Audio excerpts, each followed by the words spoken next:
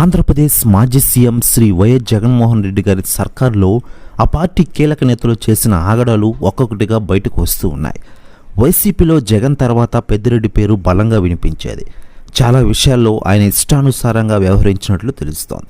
తాజాగా వైసీపీకి చెందిన మాజీ మంత్రి పెద్దిరెడ్డి గట్టు బయటపెట్టారు డిప్యూటీ సీఎం పవన్ కళ్యాణ్ గారు. శేషాచలం ఫారెస్ట్ పేరు చెబితే చాలు ఎర్రచందనం గుర్తుకు వస్తుంది. కోట్లాది రూపాయలు సంపదను అప్పటి వైసీపీ ప్రభుత్వంలోని కొందరు నేతలు అక్రమంగా తరలించుకుపోయారు గుర్తు చేశారు.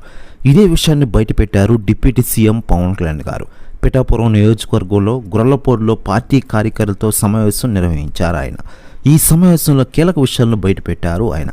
గడిచిన 5 ఏళ్లుగా తన శాఖలో జరిగిన వైసీపీ అరాచకాలు బయటపెట్టారు పవన్ కళ్యాణ్ గారు.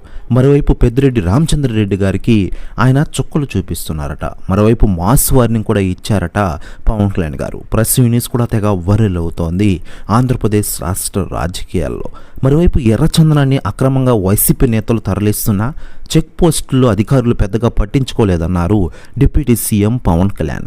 ఎర్రచందనం నేపాల్ పోలీసులకు చిక్కిందని, దీనిపై వాళ్ళు ఆరా తీస్తే తిరుపతి నుంచి వచ్చినట్లు తేలిందన్నారు. దీనికి సంబంధించిన ఫైలు తన టేబుల్ మీదకు వచ్చిందన్నారు. నేపాల్ బోర్డర్లో పట్టుబడిన ఎర్రచందనాన్ని తీసుకురావడానికి కింద మీద పడుతున్నామని తెలిపారు పవన్ కళ్యాణ్ గారు.